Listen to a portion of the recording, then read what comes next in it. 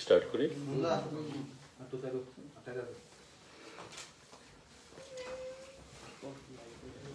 আজকে আমাদের খুবই সংক্ষিপ্ত ক্যাবিনেট মিটিং ছিল। সাংবাদিক বন্ধুরা, আপনাদেরকে অবগত করতে চাইছি আজকের সিদ্ধান্ত সমূহ নিয়ে। আজকে আমাদের এজেন্ডাতে 3টে পলিসি ছিল, 3টে এজেন্ডা, 3টে ইস্যু। তার মধ্যে পিডব্লিউডি দপ্তর 11খানা vacant post of office superintendent group B non gazetted under PWD, সেটা ভ্যাকেন্ট পোস্ট দীর্ঘদিন ধরে সেটা খালি ছিল, সেটা পূরণ করার সিদ্ধান্ত নিয়েছে। এবং এই ক্ষেত্রে যে অফিস সুপারিনটেন্ডেন্ট যে পোস্ট 11খানা পোস্ট,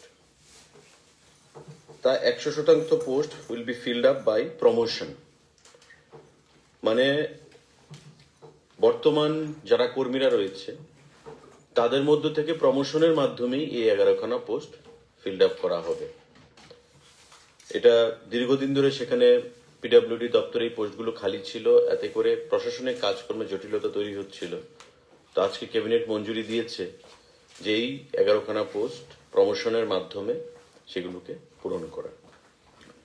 তৎসঙ্গে 2খানা post junior forensic digital analyst home ডিপার্টমেন্টের অধীন, group B gazetted cyber forensic division state forensic science laboratory Tripura under home department.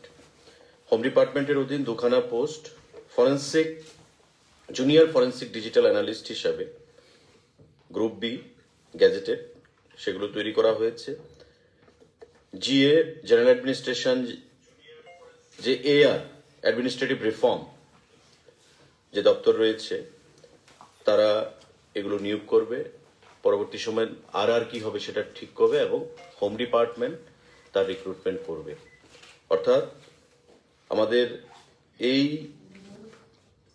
Junior forensic digital যে অ্যানালিস্ট সেটা হোম ডিপার্টমেন্টের অধীন, এবং আমাদের বিভিন্ন কাজকর্মে গতি আনার জন্য এই পোস্ট দুটো তৈরি করা হয়েছে।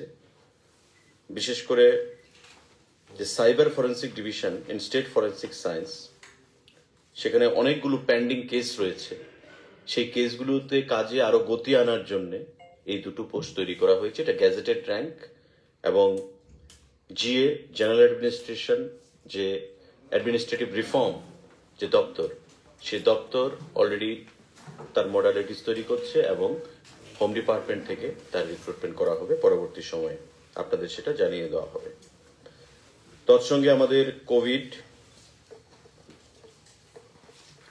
বর্তমানে রাজ্য সরকার সিদ্ধান্ত নিয়েছে যে 15 থেকে 18 বছর, কারণ বিগত দিনে আমাদের কোভিড ভ্যাকসিনেশন আমরা প্রদান করেছি অ্যাবাভ 18 অনওয়ার্ডস, সেখানে আমরা কোভিড ভ্যাকসিনেশন প্রদান করেছি এবং এখন পর্যন্ত টোটাল 46,81,817 ডোজ রাজ্য সরকারের তরফ থেকে প্রদান করা হয়েছে।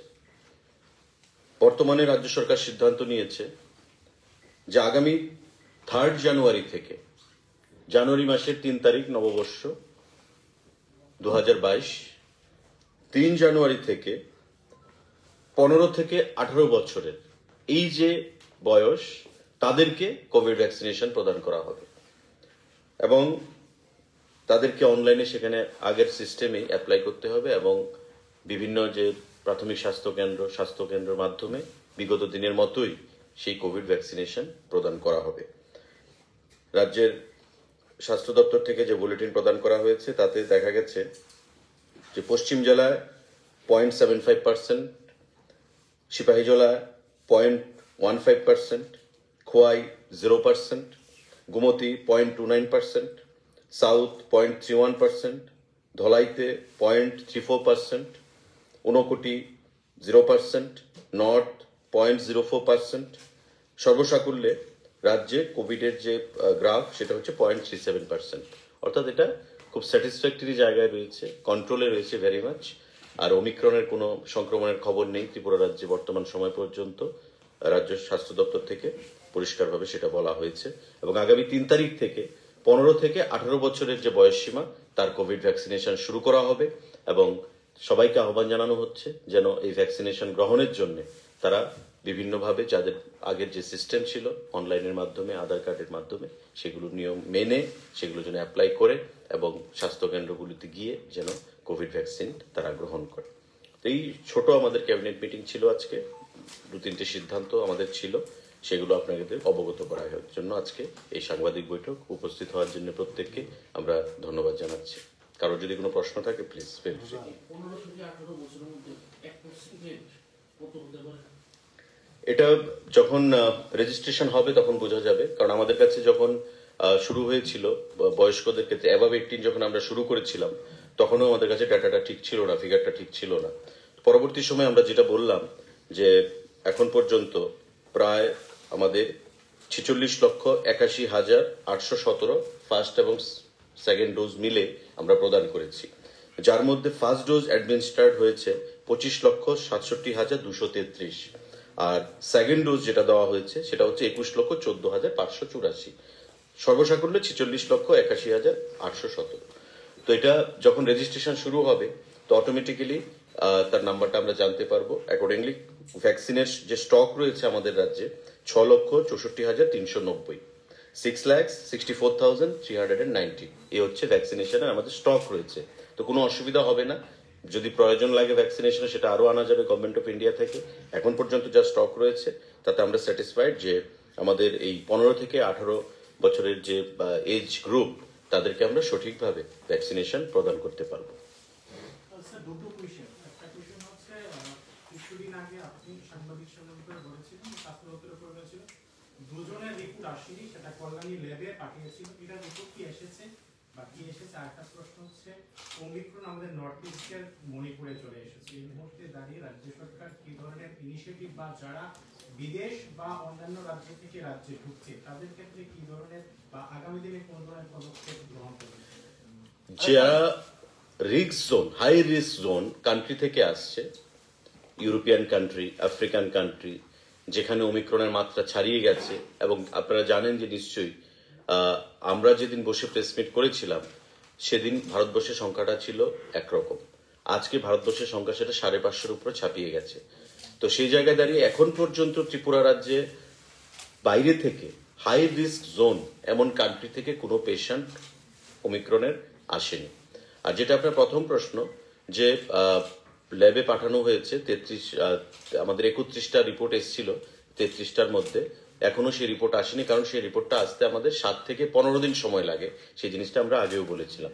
তো এখন পর্যন্ত আসেনি। আর যদি স্বাস্থ্য দপ্তরের কাছে এসেও থাকে তবে সেটা নেগেটিভ রয়েছে, কারণ পজিটিভ হলে নিশ্চয়ই আমাদেরকে সেটা জানিয়ে দেওয়া হতো। এবং সেই ব্যাপারে যেটা হোল জেনাম সিকোয়েন্সিং যে রিপোর্টটার ভিত্তিতে অমিক্রন ডিটেক্ট করা হয় সেটা নিশ্চয়ই নেগেটিভ রয়েছে, নতুবা পজিটিভিটির কোনো খবর নেই এখনো ত্রিপুরা রাজ্যে। স্যার, আজকে একটা ওমিক্রন নিয়ে স্টেট লেভেল মিটিং হওয়ার কথা ছিল, সেটা কি হয়েছে? সে আমার গোচরে নেই। অন্য বিষয়ে দেশের প্রধানমন্ত্রী ত্রিপুরায় আসছে, সেই বিষয়ে কি স্বাস্থ্য দপ্তর কি প্রোগ্রাম রয়েছে বা কবে কি কি কর্মসূচি রয়েছে? আজকে এটা ক্যাবিনেট ব্রিফিং, প্রধানমন্ত্রী আসছেন আমাদের আগরতলার ইন্টারন্যাশনাল যে এয়ারপোর্ট সেটাকে উদ্বোধন করার জন্য, এবং পরবর্তী সময় নিশ্চয়ই দলীয় সভাতে অংশগ্রহণ করবেন। তো আমার মনে হয় না ক্যাবিনেট ব্রিফিং এ বসে দলীয় সভার কোনো কাজকর্ম সেখানে কার্যবিবরণী সেখানে প্রদান করা। সরকারি অনুষ্ঠান এয়ারপোর্ট ইনঅগুরেশন। স্যার, এই ইনঅগুরেশনটা কোথায় থেকে হবে? আগরতলা এয়ারপোর্টে হবে, তারপরে আস্তাবল ময়দানে কর্মসূচি রয়েছে। ধন্যবাদ।